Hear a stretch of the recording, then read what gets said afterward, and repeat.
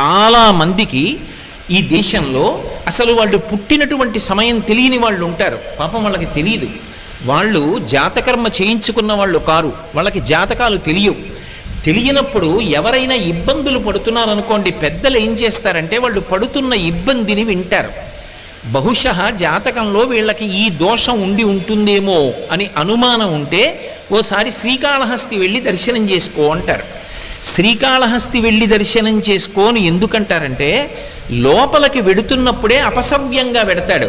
శివానుగ్రహం, శివుడు శాసిస్తాడు.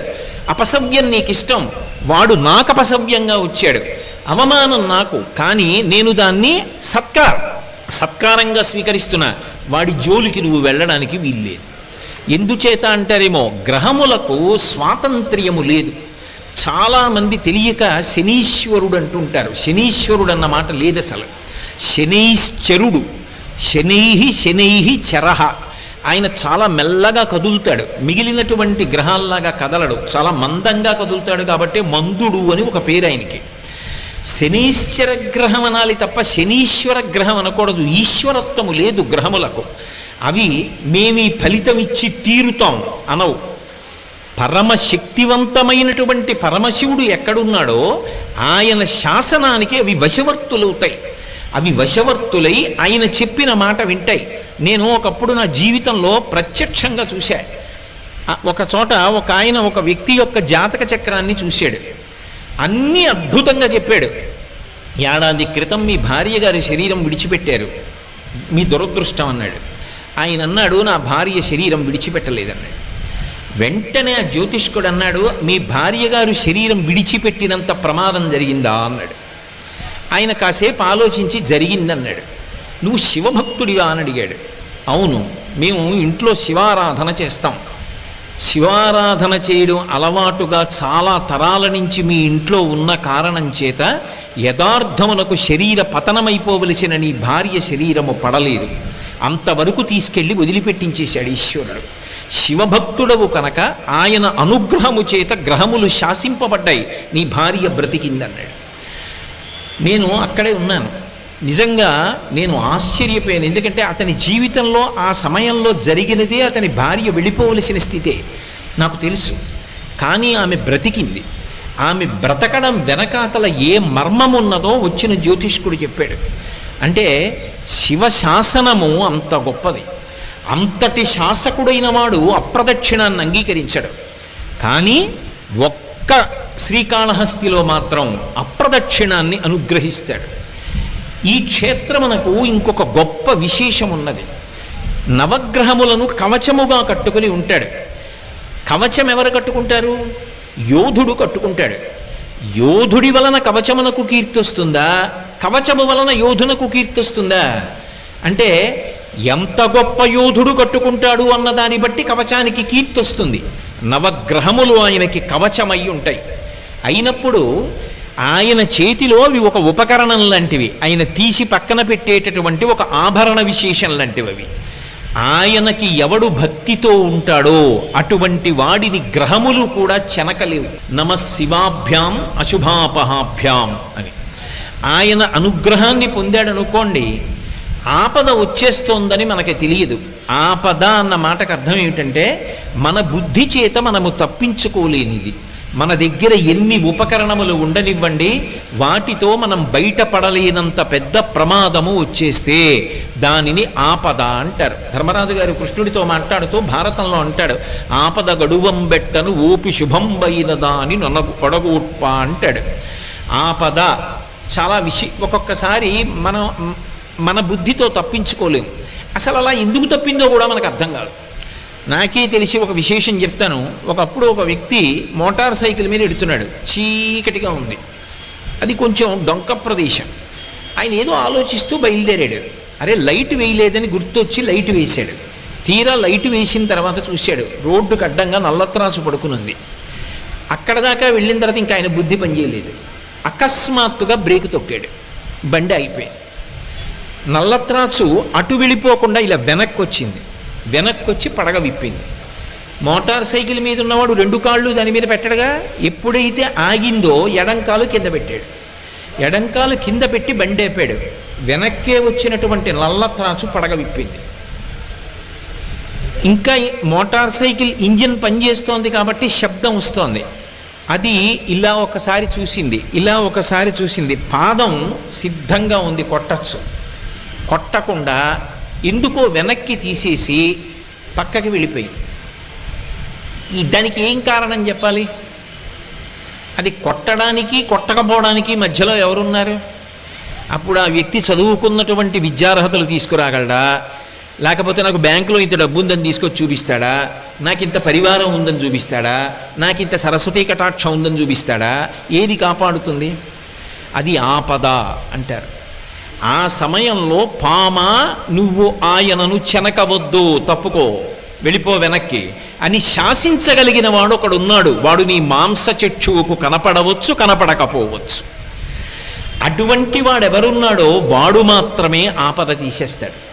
ఆపద చెప్పకుండా ఎలా తీస్తాడో శుభం ఇచ్చేటప్పుడు చెప్పకుండా అలా ఇస్తాడు. నీ మీద నేను ప్రీతి చెందానోయ్, రేపు నీకో శుభవార్త చెప్తున్నాను అనేం చెప్పడం, చెప్పకుండా శుభాలు ఇస్తాడు. అలా శుభాలు ఇవ్వడం తప్ప అశుభం చెయ్యడం చేతకాని వాడెవరో ఆయన్ని శివ అని పిలుస్తాడు. అటువంటి శివుడు అశుతోషుడైన క్షేత్రం శ్రీకాళహస్తి. అందుకే ఈ క్షేత్రం దగ్గరికి వచ్చేటప్పటికి ఒక విశేషం ఉంటుంది. మీరు ఏం చేశారన్న దానితో సంబంధం ఉండదు. కేవలముగా క్షేత్ర ప్రవేశం చేసి ఒక నమస్కారం చేస్తే చాలు. శ్రీకాళహస్తి క్షేత్రం గురించి పెద్దలు ఏం చెప్తారంటే, ఈ క్షేత్రంలోకి వచ్చి నివాసం ఉంటే చాలు. రోజు వచ్చి కాళహస్తీశ్వరలింగాన్ని మీరు దర్శనం చేశారా, జ్ఞానప్రసూనమ్మను చూశారా అన్నదాంతో సంబంధం ఉండదు. ఈ క్షేత్రంలో నివాసం చేసి ప్రాణం వదిలిపెట్టేశాడు అనుకోండి, వాడు మోక్షమునే పొందుతాడు. ఎందుకంటే వాడు కైలాసమాసం చేసిన వాడితో సమానం. అందుకని వాడిని ఇంకొకళ్ళు ముట్టుకోవడానికి వీల్లేదు. శ్రీకాళహస్తి ప్రవేశమునకు ఒక్కదానికే సాక్షాత్ కైలాస ప్రవేశము కిందే శాస్త్రం తీసుకుంటుంది. అంత గొప్ప క్షేత్రం. ఇటువంటి క్షేత్రంలో నది అంత గొప్పదై ఉండడం, విఘ్నేశ్వరుడు సర్వోత్కృష్టమైనటువంటి స్థితిని పొంది ఉండడం ఒక అద్భుతమైనటువంటి విశేషం. సాధారణంగా క్షేత్రానికి ఒక నది ఉంటుంది, ఒక పుష్కరిణి ఉంటుంది. అన్ని వేళలా నది చాలా చాలా గొప్పది, ఈ నది కన్నా ఆ నది అంత గొప్పది అని చెప్పడం సాధ్యం కాకపోవచ్చు. నదిగా ఎప్పుడూ గొప్పదే, ఏ నది కూడా తక్కువ కాదు, అన్ని నదులు గొప్పవే. కానీ ఒక గంగా నది ఉందనుకోండి, గంగా నది కన్నా అని చెప్పాలంటే దానికి ఒక ప్రమాణం ఉండాలి. గంగా నదితో పోల్చాలి, ఒక ప్రమాణం ఉండాలి. కానీ ఇక్కడ ప్రవహించేటటువంటి నది సువర్ణముఖరి అని పిలువబడుతుంది. సువర్ణముఖరి నది ప్రవాహం ఉన్నటువంటి క్షేత్రం. ఎందుచేత అంటే యథార్థమునకు శ్రీకాళహస్తిలో నది లేదు ఒకప్పుడు. అగస్త్య మహర్షి ఈ ప్రాంతానికి వచ్చి శంకరుణ్ణి పూజ చేసి ఆయన ఇక్కడే తపోవనాన్ని ఏర్పాటు చేసుకుని తపస్సు చేశారు. అగస్త్యుడు మహాశివభక్తుడు. ఆయన పాద స్పర్శ పొందినటువంటి ప్రదేశం ఇది. అంత గొప్ప ప్రదేశం కాబట్టి అగస్త్యుడు తపస్సు చేస్తున్నటువంటి సమయంలోనే ఇక్కడికి ఋషులందరూ వచ్చారు. ఆయన ఎక్కడుంటే అక్కడ ఉంటారు ఋషులందరూ. అసలు మీకు ఇంకొక ఆశ్చర్యకరమైన విషయం చెప్పాలి అంటే, లోకంలో అందరూ దేవతల్ని ఆరాధన చేస్తారు. అగస్త్యుడు ఎక్కడైనా ఉంటే దేవతలు తమ స్థానాలు పెట్టుకుంటారు. నేను రోజు వచ్చి ఇక్కడ కూర్చుంటాను అగస్త్యుడిని చూడడానికి, అందుకని ఇది నా స్థానం అని చెప్పి ఏ దిక్కున ఉండవలసిన దేవత ఆ దిక్కున ఆశ్రమంలో కూర్చుంటాడు. ఎందుకు కూర్చుంటాడో తెలుసా? అగస్త్యుడు చూడడానికి కాదు, అగస్త్యుడిని చూడడానికి. కావాలంటే మీరు రామాయణం చదవండి, ఆయన ముద్ర అలా ఉంటుంది. పరమశివుడుగా ఉన్న భగవంతుడు కూడా ఆయన వలన ఉపకారమును పొందుతాడు. పార్వతీ కళ్యాణంలో భూమి యొక్క భారాన్ని నిలబెట్టినవాడు, సూర్యగమనం కోసమని వింధ్యపర్వతం యొక్క అహంకారాన్ని అణిచినటువంటి వాడు, కాశీపట్టణం మీద అంత మక్కువ కలిగినటువంటి వాడు, ద్రవిడ దేశానికి కావేరీ నది ప్రవాహాన్నిచ్చి వ్యాకరణాన్నిచ్చి అనుగ్రహించినటువంటి వాడు, అంతటి మహానుభావుడు అగస్త్యుడంటే. అటువంటి అగస్త్యుడు శ్రీకాళహస్తి మీద వ్యామోహం పొందాడు. ఇక్కడికొచ్చి తపోవనాన్ని నిర్మించుకుని తపస్సు చేశాడు. అప్పుడు ఋషులందరూ అడిగారు, ఇక్కడ ఒక నది లేదు, నది తీసుకురండి అని అడిగారు. ఆయన అన్నాడు, ఒక నది రావాలి అంటే ఒక పర్వతం మించి ప్రవహిస్తుంది. ఎందుకంటే నదులన్నీ పర్వతానికి కూతుళ్ళ లాంటివి, పర్వతాల మించి వస్తాయి. ఏ పర్వతం మించి నేను తీసుకురావాలని అడిగాడు. వాళ్ళు అన్నారు, నీకే తెలియంది మాకు తెలుస్తుందా? మాకు తెలియదన్నారు. మరి ఎవరిని అడగాలి అంటే, అగస్త్యుడు గొప్ప గాణాపత్యుడు. ఆయన మహాద్భుతమైనటువంటి వినాయకోపాసన చేస్తాడు. అసలు ఆయన చేయని ఉపాసన లేదు, అంత గొప్ప ఉపాసకుడు. వినాయకుడిని చాలా తొందరగా ఎలా అనుగ్రహింపచేసుకోవాలో ఆయనకి తెలిసినట్టు ఎవరికి తెలియదు. ఆయన ఒక మాట చెప్పాడు, గజాసుర సంహారాన్ని పాతాళలోకంలో గణపతి చేశాడు, అందుకని కపిలవర్ణం పొందాడు, అందుకని కపిలుడు అని పేరు పొందాడు. ఇప్పుడు కపిలుడు అంటే నల్లగా ఎర్రగా రెండు రంగులు కలిసి ఉంటే కపిలవర్ణం అంటారు. చాలామంది కపిలవర్ణం అంటే నల్లా అంటూ ఉంటారు. నల్లావు కాదు, నలుపు ఎరుపు కలిసి ముద్ద రంగు పొందితే కపిల ఆవు అంటారు, కపిల గోవు అని పిలుస్తారు. ఆయన గజాసురుణ్ణి చంపాడు. ఏనుగు ముఖం ఉన్నవాడి చేతిలో తప్ప నేను మరణించనని వరం అడిగాడు గజాసురుడు, అనుగ్రహించాడు పరమాత్మ. అందుకని తన కొడుక్కి ఏనుగు ముఖం పెట్టాడు పరమశివుడు, అసలు రహస్యం లోక సంరక్షణం కోసమని. ఇప్పుడు ఏనుగు ముఖమున్నటువంటి విఘ్నేశ్వరుడు ఏనుగు ముఖమున్న రాక్షసుణ్ణి పాతాళంలో సంహరించి ఆ నెత్తురంతా మీద పడితే కపిలవర్ణం పొందాడు. పొంది పరమ సంతోషంతో పాతాళంలోంచి భూమి వివరం చేసుకుని పైకొస్తున్నాడు.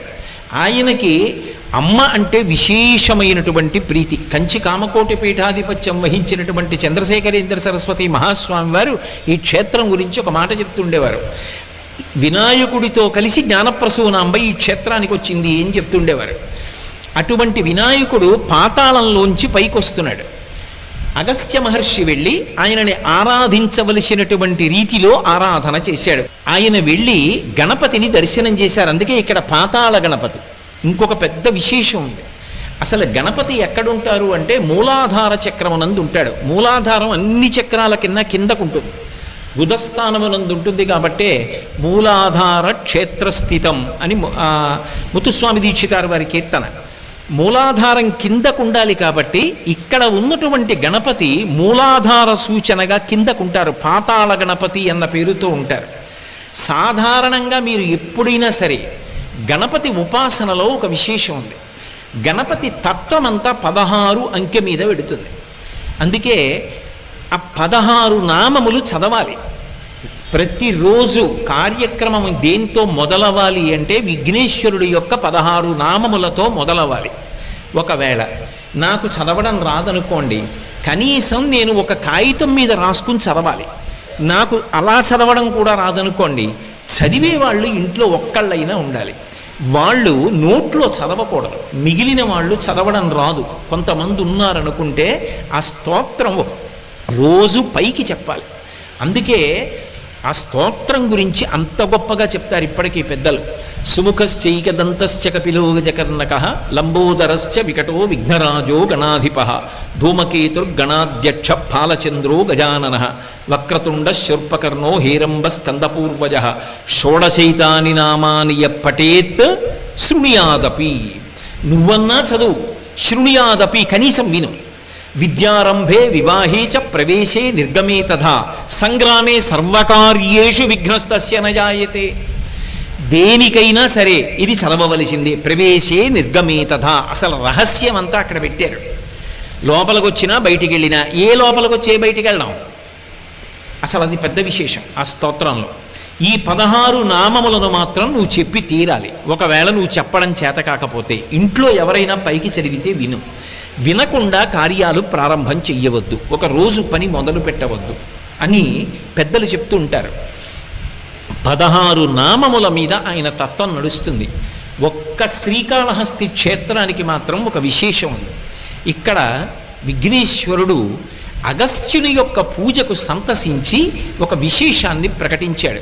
16లో 4వ వంతు ఈ క్షేత్రంలో ప్రవేశించి పాతాళ గణపతి దగ్గరికి వచ్చి చెప్తే చాలు.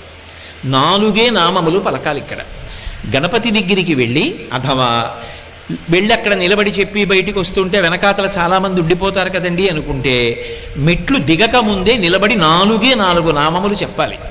ఏమని చెప్పాలి అంటే గజాననారి అంటే ఏనుగు ముఖము కలిగినటువంటి అసురుడు, రాక్షసునికి శత్రువైనటువంటి వాడు. గజానన అంటే ఏనుగు ముఖం ఉన్నవాడు, అరి అంటే శత్రువు. గజాననారి ఏనుగు ముఖము కలిగినటువంటి రాక్షసునకు శత్రువైనటువంటి వాడా.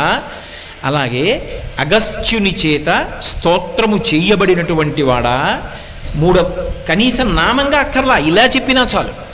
3వది పరమ భాగవతోత్తములైన వారు ఎవరుంటారో వాళ్ళ యొక్క ఈప్సితములను నెరవేర్చేటటువంటి లక్షణము కలిగినటువంటి వాడా ఈ 3 నామములు చెప్తూ ఆయన యొక్క రూపం గురించి, ఆయన వచ్చిన ప్రదేశం గురించి చెప్పేటప్పుడు పాతాళ వివర స్థాననే నమః, పాతాళ వివరమునందు లేదా భూవివర స్థాననే నమః, భూవివర నివాసాయ నమః.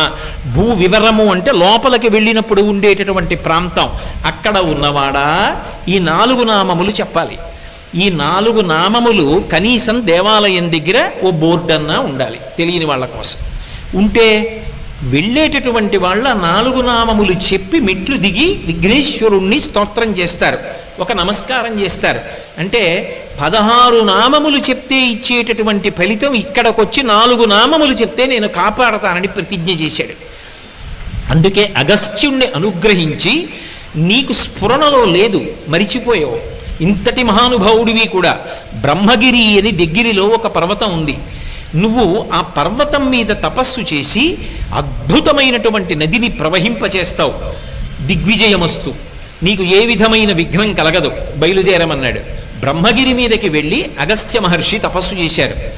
శంకరుడు బ్రహ్మగారి ద్వారా కబురు చేస్తే పరమశివుని యొక్క జటాజూటంలో ఉండేటటువంటి గంగా నది సువర్ణముఖరి అన్న పేరుతో ప్రవహించింది.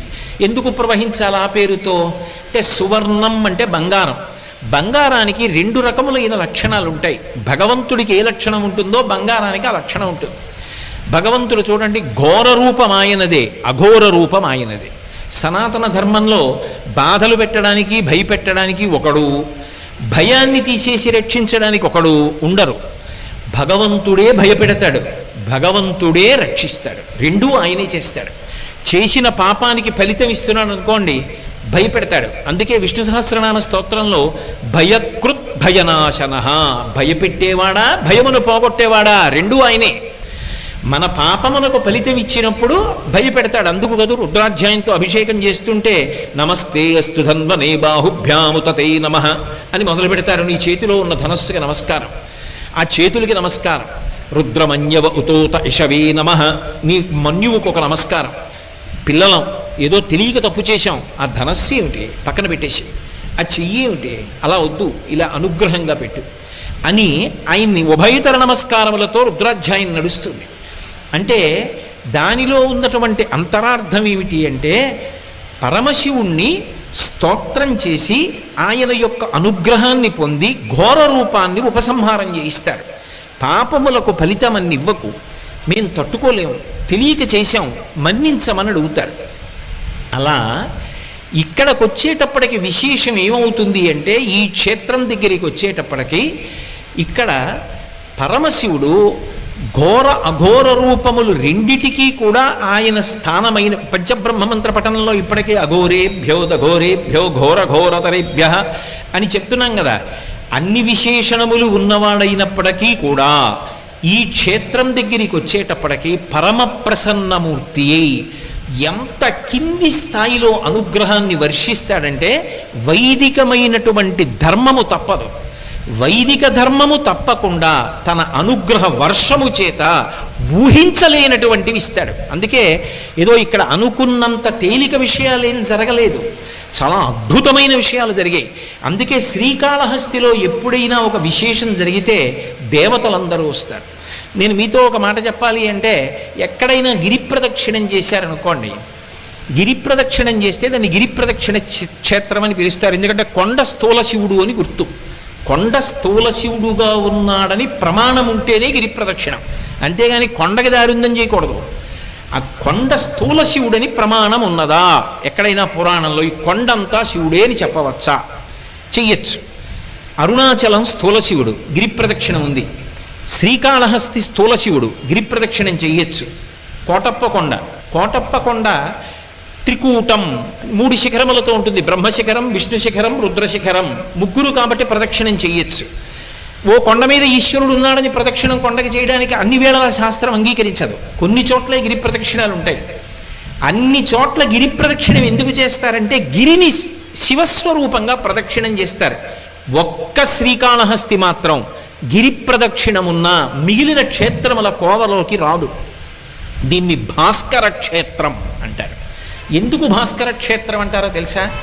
మనందరం పితృదేవతలు ఉత్తీర్ణులు కావాలన్నా, దేవతానుగ్రహం కలగాలన్నా, లోకములు శాంతి పొందాలన్నా, గ్రహములు శాంతి పొందాలన్నా పరమ ప్రమాణంగా ఏ కాలాన్ని తీసుకుంటామంటే సూర్యుడు ఉత్తరాయణంలో ప్రవేశించినటువంటి కాలాన్ని ఉత్తరాయణ పుణ్యకాలమని కొలిచి ఉత్తరాయణ పుణ్యకాలంలో దానాలు పూజలు అవి విశేషంగా చేస్తారు. ఒక్క శ్రీకాళహస్తి క్షేత్రానికి ఉన్న గొప్పతనం ఏమిటంటే ఉత్తరాయణంలో ప్రవేశించగానే అందరూ తనని పూజ చేస్తే సూర్యుడు మాత్రం దేవతా సమూహం అంతటితో కలిసి శ్రీకాళహస్తి కొండకి ప్రదక్షిణం చేస్తాడు. అలా ఎక్కడైనా సూర్యుడు ప్రదక్షిణం చేస్తే పర్వంలో దాన్ని భాస్కర క్షేత్రం అంటారు. అటువంటి చోట దానికి చాలా పద్ధతులు చెప్తారు పెద్దలు.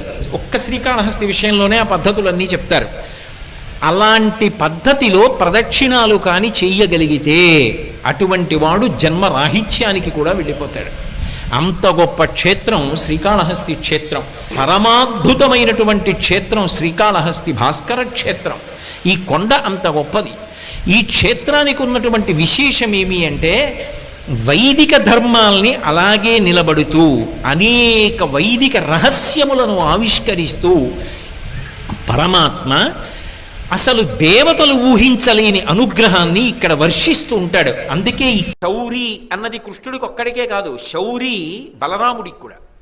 బలరాముడు ఎవరు? ఆదిశేషుడు అవతారం. అప్పుడు ఆదిశేషుడు ఎవరు? శౌరి. అయినప్పుడు శౌరి ఆదిశేషుడు కూడా అయితే విష్ణువుకు ఉన్నటువంటి నామం ఏది ఉంటుందో అది ఆయనకు అన్వయం అయిపోతుంది.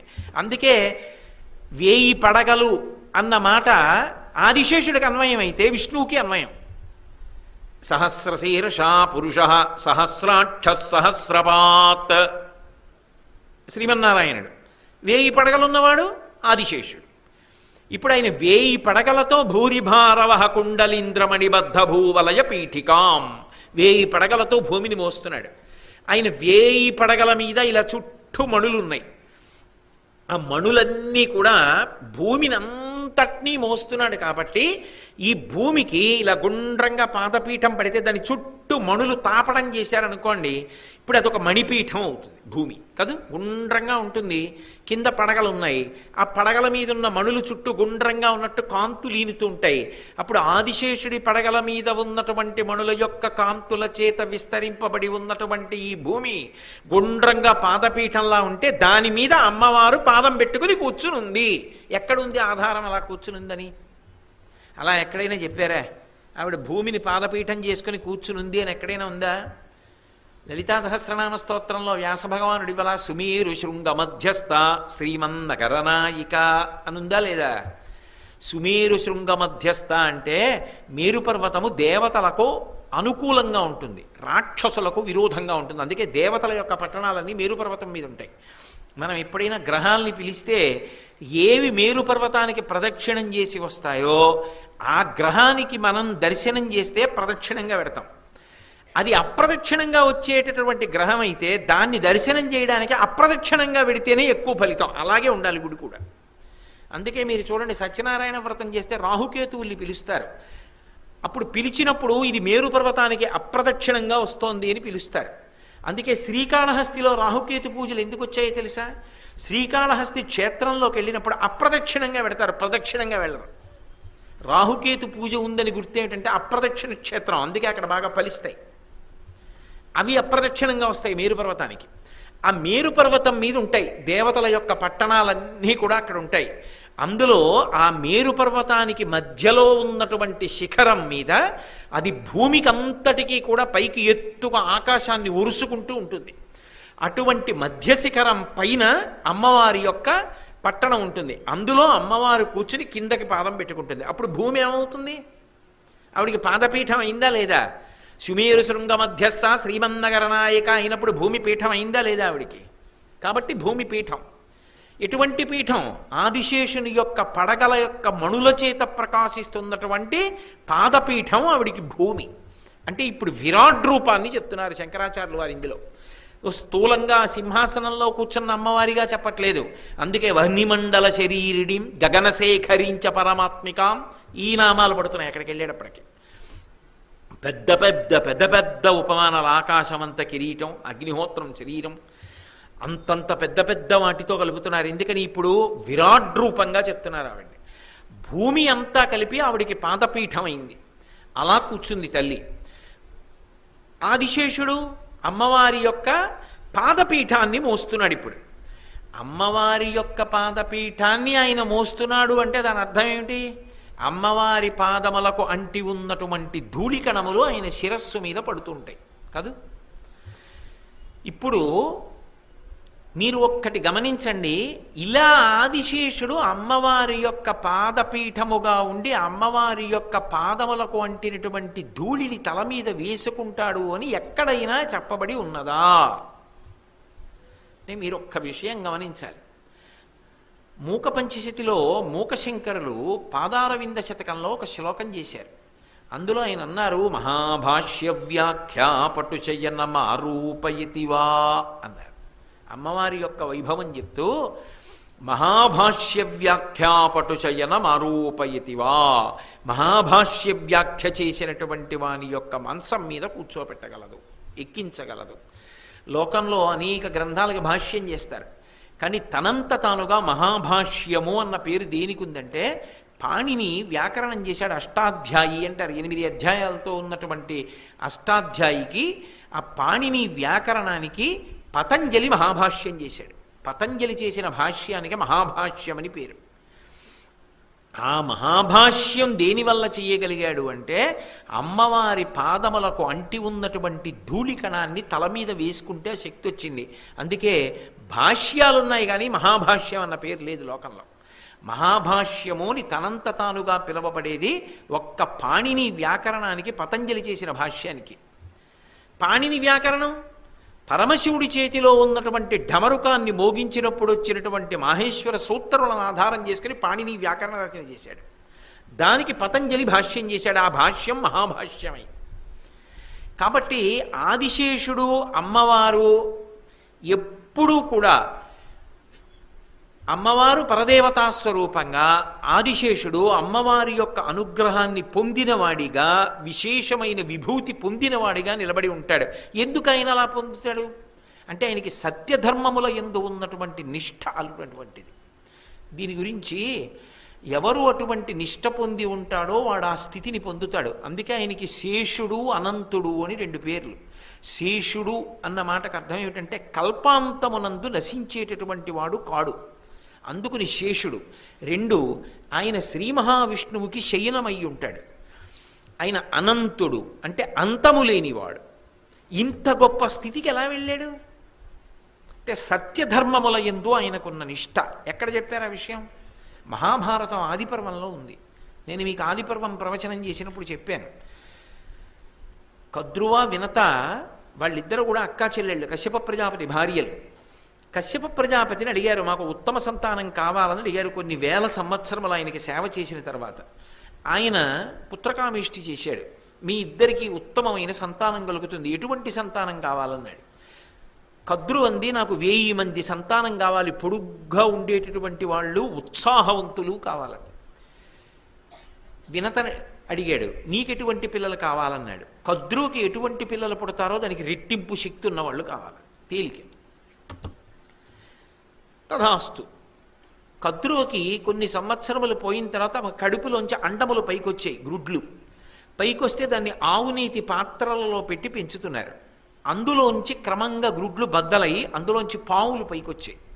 అందులో మొట్టమొదట వచ్చినటువంటి వాడు ఆదిశేషుడు. ఆదిశేషుడు, వాసుకి, ఐరావతుడు వీళ్ళందరూ పుట్టారు అందులోంచి, కశ్యప ప్రజాపతి యొక్క సంతానం. బాధ కలిగింది వినతకి. కద్రువుకి పిల్లలు పుట్టేశారు, నా గుడ్లలోంచి ఇంకా సంతానం రాలేదని ఒక గుడ్డు బదలగొట్టింది. అందులోంచి నడుము కింద భాగం ఏర్పడిన వాడు, పై భాగం మాత్రమే ఏర్పడినటువంటి వాడు అనూరుడు పైకొచ్చాడు. పైకొచ్చి అమ్మకి శాపం ఇచ్చాడు, నువ్వు నా శరీరం ఏర్పడకుండా గుడ్డు బదలగొట్టావు, కాబట్టి నువ్వు కొన్ని సంవత్సరములు దాస్యం చేస్తావు కద్రువకు అన్నాడు. తరువాతి కాలంలో ఆవిడ దాస్యం చేసింది. ఎందుకు చేసింది అంటే మీ అందరికీ తెలుసు. ఇంద్రుడి యొక్క తెల్లటి గుర్రం ఉచ్చైశ్రమం దూరంగా ఓ పర్వత శిఖరం మీద గడ్డి మేస్తోంది. వినత, కద్రువ ఇద్దరు చూడ్డానికి వెళ్ళారు. మాత్సర్యంతో మొదలు మహాభారతం. అక్కడికి వెళ్ళి ఇద్దరు చూస్తున్నారు.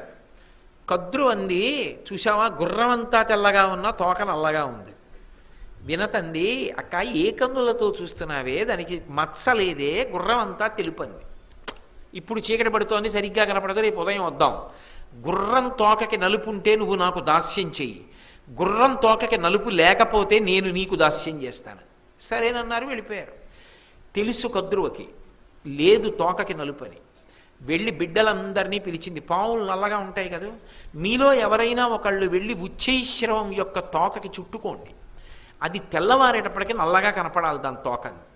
బిడ్డలందరూ తిరస్కరించారు. మేము చెయ్యం ఇటువంటి తప్పు పని. ఆమె కూడా తల్లి, మాకు పినతల్లి, తప్పు కదూ, ఇలా మోసం చేసి ఆవిడితో దాస్యం చేయించడం, మేము ఈ పని చెయ్యమన్నారు. ఆవిడంది, తల్లి మాట తిరస్కరించారు కాబట్టి రాబో కాలంలో జనమేజయుడు చేసేటటువంటి సర్పయాగంలో మీ అందరూ పడి నశించెదరుగాక. ఒక్క పిల్లాడు భయపడ్డాడు, కర్కోటకుడని. వాడు లేచి అన్నాడమ్మా నీ చుట్టుకుంటానని వెళ్ళి తోక్కి చుట్టుకున్నాడు. వినత చూసింది, తెల్లవారేటప్పటికి తోక నల్లగా కనపడింది. ఒప్పుకుంది, దాస్యం చేయడం మొదలెట్టింది. ఒక్క కొడుకు ఆదిశేషుడు మాత్రం చిచి వీళ్ళు దుర్మార్గులు, మోసం చేసి వినతతో దాస్యం చేయించారని ఆయన దూరంగా వెళ్ళిపోయి ఆయన హిమవత్పర్వతం మీద, గంధమాదన పర్వతం మీద, బదై క్షేత్రంలోనూ గోకర్ణంలోనూ మార్చి మార్చి బ్రహ్మగారి గురించి తపస్సు చేస్తూ ఉండిపోయాడు. బ్రహ్మగారు ప్రత్యక్షమయ్యారు. నీకేం కావాలని అడిగారు. ఆయన అన్నాడు, నాకేం కోరిక లేదు.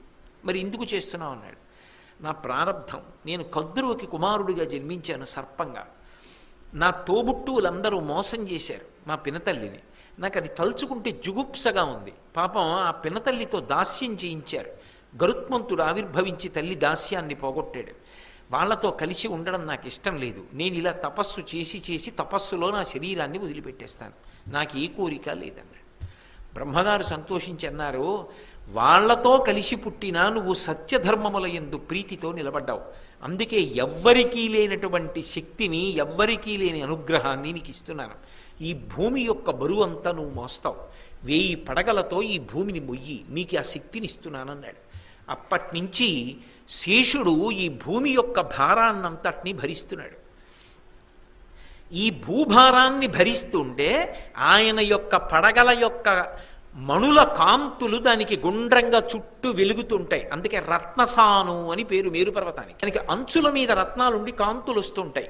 అందుకే మార్కండేయ మహర్షి చేసినటువంటి చంద్రశేఖరాష్టకంలో రత్నసాను శరాశనం రజత అద్రిశృంగనికేతనం సింజనీకృత పన్నగేశ్వరమచ్యుత నలసాయకం అంటారు. రత్నసాను అని పేరు మైరు పర్వతానికి ఎందుకు వచ్చింది అంటే దాని యొక్క చిరియల యందు రత్నములు ఉంటాయి. ఆ కాంతులు దానికి ఉంటాయి. దాని మీద అమ్మవారు కూర్చుంటుంది. మరి సింహాసనం రత్నాలతో ఉండద్దు, దాని మీద కూర్చుని పాదపీఠం మీద పెట్టుకుంటుంది. పాదపీఠానికి రత్నాలు లేకపోతే నవరత్నమాలిక ఎలా?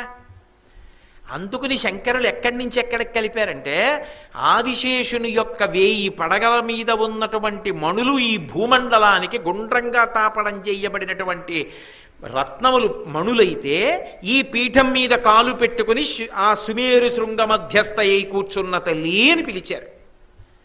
బాగుంది కానండి, ఆదిశేషుడి పడగల మీద ఉన్నటువంటి భూమండలాన్ని పాదపీఠం చేసుకుని కూర్చున్న అమ్మవారు అని చెప్పడానికి శంకరాచార్యుల వారు ఇంత కష్టపడవలసిన అవసరం ఉందా ఈ చరణం రాయడానికి? కాదు. ఇందులో నిగూఢమైనటువంటి రహస్యం ఒకటి ఉంది.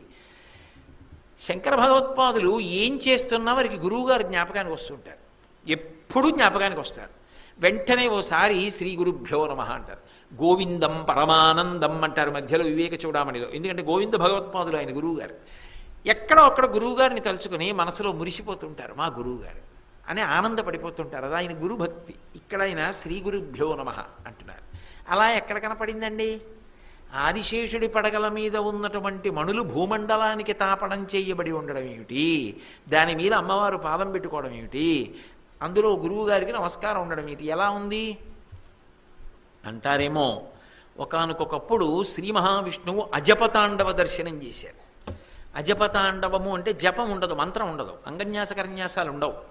అందులో ఏం చేస్తారంటే వెన్నుపాముని నిటారుగా పెట్టి భ్రూమధ్యమునందు దృష్టి పెట్టి ఊపిరి బాగా తీస్తారు. ఊపిరిని మెల్లగా విడిచిపెడతారు, మెల్లగా తీస్తారు, మెల్లగా విడిచిపెడతారు. హంస జపం అంటారు. ఆ ఊపిరి ఎక్కడి నుంచి వస్తోంది? ఊపిరి ఎక్కడ అయిపోతోంది? ఏ స్థానంలోంచి వచ్చి ఏ స్థానంలో పూర్తవుతోందో ఆ ఊపిరిని ఒక్కదాన్నే పరిశీలిస్తాడు. అప్పుడు ఇంక ఏ మంత్రం ఉండదు. ఏ మంత్రం లేకుండా తన ఊపిరి మీద తాను ధ్యానం చేస్తాడు. దాన్ని అజప తాండవము అని, అజప స్థితి అని అంటారు. అప్పుడు ఈ గుండెలో హంస కదులుతూ ఉంటుంది ఆ ఊపిరిలో. అప్పుడు ఆ ఊపిరి వచ్చి వెళ్ళడాన్ని ధ్యానం చేస్తారు. ఒకప్పుడు శ్రీ మహావిష్ణువు అలా చూస్తూ ఉంటే ఆయనకి ఆ ప్రారంభ స్థానమునందు పరమశివుని యొక్క తాండవం కనపడి ఆయన ఎంతో సంతోషపడిపోయి శివదర్శనం చేత ఆనందాన్ని పొందేశారు. పొందేస్తే రోమాంచితం అయిపోయింది, వెంట్రుకలు నిక్కపొడుచుకుపోయి అంత సంతోషపడిపోయి పొంగిపోతే ఆయన బరువెక్కారు. ఆదిశేషుడు మోస్తున్నాడు కదా, ఆయన అన్నాడు, స్వామి స్వామి ఎందుకు పొంగిపోతున్నారు, మీరు బరువుగా ఉన్నారు, పడగలు వంగుతున్నాయి. మరి శేషుడు పాన్పు కదా ఆయనకి, ఎందుకండి అంత పొంగిపోతున్నారు అన్నాడు. నా గుండెల్లో అజపతాండవం చూశాను రా పరమశివుడిది అన్నాడు. అంత బాగుంటుందా అన్నాడు. నువ్వు చూస్తావా అన్నాడు. చూస్తాను అన్నాడు. చిదంబరం వెళ్ళి చూడు అన్నాడు. అక్కడ నటరాజు కదా మరి ఉన్నాడు, పరమశివుడు నటరాజుగా నాట్యం చేస్తాడు అక్కడ, అక్కడికి వెళ్ళి చూడు అన్నాడు. తమ ఆజ్ఞ, బయలుదేరుతున్నానన్నాడు. అంటే శ్రీ మహావిష్ణువు అన్నారు, నువ్వు ఎటూ భూలోకానికి వెడుతున్నావు, ఒక మహోపకారం చెయ్యి, 3 రకములైనటువంటి ఉపకారములు మానవాళికి జరిగేటట్టుగా చేసిరా అన్నారు. సరే, ఆయన ఏం చేశాడు, ఎక్కడ పుట్టాలని వెడుతున్నాడు, పాము పిల్ల రూపంలో వెడుతున్నాడు. ఒక తల్లి, ఆమె మంచి యోగిని, ఆమె 2 చేతులు ఇలా అంజలి ఘటించి భగవంతుణ్ణి ప్రార్థిస్తోంది, నాకు మంచి కుమారుడు కావాలని ప్రార్థన చేస్తోంది. ఈమె యోగ్యురాలు, ఈమెను కడుపున పుట్టు అని ఈశ్వరుడు శాసించాడు. ఆ వెడుతున్నటువంటి పాము పిల్ల టక్కన ఆమె చేతిలో పడింది. పడి చూసేటప్పటికీ కింద పాము శరీరం, పైన మనిషి తల. అందుకే నటరాజమూర్తి దగ్గర ఒక పక్క పతంజలి ఉంటాడు, కింద పాము పైన మనిషి తల, ఒక పక్క వ్యాఘ్రపాదుడు ఉపమన్యు మహర్షి యొక్క తండ్రి, పైన ముఖం మనుష్యుని యొక్క ముఖం, కింద పెద్ద పులి యొక్క శరీరం ఉంటాయి. ఇద్దరూ పక్కన నిలబడి తాండవం చూస్తుంటారు, మిగిలిన వాళ్ళు సహకారం చేస్తుంటారు తాండవానికి. ఈ పతంజలి ఆమె చేతిలో పడ్డాడు, పత్ అంటే కింద పడ్డాం, అంజలి ఘటించినప్పుడు పడ్డాడు కాబట్టి పతంజలి అని పేరు పెట్టింది ఆవిడ. అటువంటి పతంజలి ఈ మానవాళికంతటికీ కూడా 3 మహోపకారాలు చేశాడు. ఏమిటవి అంటే, మనకి 3 ఉంటాయి పుణ్యం చేసుకోవడానికి, వాక్కు, కాయము, మనస్సు. వాక్కు అంటే మాట, మాట మంచి మాట మాట్లాడవచ్చు, భగవన్నామం చెప్పవచ్చు, స్తోత్రం చెయ్యవచ్చు, దానివల్ల పుణ్యం. వాక్కు బాగుండడానికి ఆయన వ్యాకరణాన్ని ఇచ్చాడు, వ్యాకరణానికి భాష్యం ఇచ్చాడు, అదే మహాభాష్యం. ఆ మహాభాష్యం ఇవ్వడానికి పరదేవత యొక్క అనుగ్రహాన్ని పొందాడు. ఆవిడ పాదధూళిని తల మీద ధరించి మహాభాష్యం ఇచ్చాడు. అది మూకశంకరులు మూకపంచదశిలో చెప్పారు, మహాభాష్య వ్యాఖ్యాపటు శయనమారూపయతివా అని. కామాక్షి పరదేవత అనుగ్రహంతో పతంజలి మహాభాష్యం చేశాడు అని. కాబట్టి వాక్కుకి మొదటి ఉపకారం. 2 శరీరానికి ఉపకారం. ఎలా అంటే, ఆయుర్వేద గ్రంథాన్ని ఇచ్చాడు, చరక సంహిత అంటారు. చరకుడు అన్న పేరు మహానుభావుడు పతంజలిది. ఆత్రేయ సంహిత అంటారు, అత్రిగోత్రంలో పుట్టాడు, అత్రిపుత్రుడిగా వచ్చాడు, అందుకని ఆత్రేయ సంహిత. ఆత్రేయ గోత్రంలో మహాపురుషులు పుడుతూ ఉంటారు, శంకర భగవత్పాదులు పుట్టారు, పతంజలి పుట్టాడు. అది కాబట్టి ఆ ఆత్రేయ సంహిత ఇచ్చాడు ఆయన. కాబట్టి శరీరానికి ఉపకారం చేశాడు, వ్యాధి రాకుండా కాపాడు. అలాగే 3వది మనస్సుకి యోగ సూత్రములను ఇచ్చాడు, పతంజలి యోగ సూత్రాలు. మనస్సుని నిలబెట్టడం ఎలా అన్నది నేర్పాడు. మనస్సుకి, వాక్కుకి, కాయమునకు 3ంటికి ఉపకరించేటటువంటి గ్రంథములను ఇచ్చాడు. కాబట్టి పతంజలి 3 ఉపకరణములతో ఉండి పుణ్యాన్ని సంపాదించుకోగలిగిన మనుష్య జాతికంతటికీ ఉపకారం చేశాడు. మహాభాష్యాన్ని తయారు చేశాడు. మరి శిష్యులకి చెప్పద్దు, శిష్యులకు చెప్పాలి. అందుకని శిష్యులకి చెప్పాలంటే ఒక్కొక్కడిని పిలిచి మహాభాష్యం అప్పటికి చెప్తాడు. ఆయనకి 1000 పడగలు ఉన్నాయి, ఆయన సహజంగా శేషుడు కదా. అందుకని ఆయన ఏం చేశాడు, అసలు వచ్చింది ఎందుకు, శివతాండవం చూడడానికి వచ్చాడు చిదంబరంలో. చిదంబరం వెళ్ళి పరమశివతాండవం చూశాడు. అందరూ వాద్యాలు మ్రోగిస్తున్నారు, పాటలు పాడుతున్నారు, ఆయన తాండవం చేస్తున్నాడు. విఘ్నేశ్వరుడు ఈయన వంక చూసి నవ్వాడు. ఎందుకు నవ్వుతున్నావు అన్నాడు. మేమందరం వాద్యాలు మ్రోగిస్తాం, నువ్వు పాము నువ్వేం చేస్తావు అన్నాడు. నేనేం చేస్తాననుకుంటున్నావు కదా, నేను ఆయన కాలుకి చుట్టుకుని ఆయన కాలికి అందే అవుతాను. నాట్యం చేసేటప్పుడు అందే అందం కదూ అని ఎగిరి పరమశివుని యొక్క ఎడంపాదాన్ని చుట్టుకున్నాడు. శంకరాచార్యులు వారు శివతాండవ స్తోత్రం చేశారు. అందులో అప్పుడప్పుడు పరమశివుడు కాలు ఎందుకు ఆపుతాడో చెప్పారు. అంత వేగంగా కదులుతుంటే పాము కదు శేషుడు జారిపోతుంటాట, మళ్ళీ చుట్టుకోవడానికి అవకాశం ఇవ్వడానికి ఒకసారి అలా ఆగుతుంటాడు, ఆగి మళ్ళీ చేస్తుంటాడు. అందుకని ఆయన చుట్టుకున్నాడు. చుట్టుకుని చిదంబరంలో తాండవం చూసి సంతోషించాడు. ఇప్పుడు ఈ మహాభాష్యం మరి చెప్పాలిగా శిష్యులకు, అప్పటితో పూర్తి అయిపోతుంది తను వచ్చిన పని. 1000 మంది శిష్యుల్ని పెట్టుకున్నాడు, తెరడ్డు పెట్టాడు శేషుడని తెలియకుండా ఉండడానికి. తను వెనక్కి కూర్చునేవాడు, రోజు పాఠం చెప్పేవాడు. తను తెర వెనకున్నాడుగా. గురువుగారు వ్యాకరణం కొంచెం వినేటప్పుడు ఏమిటంటే అబ్బా ఏం వింటాను బాబోయ్ ఎంత కఠినంగా ఉందో అని అనిపించే అవకాశం ఉంటుంది.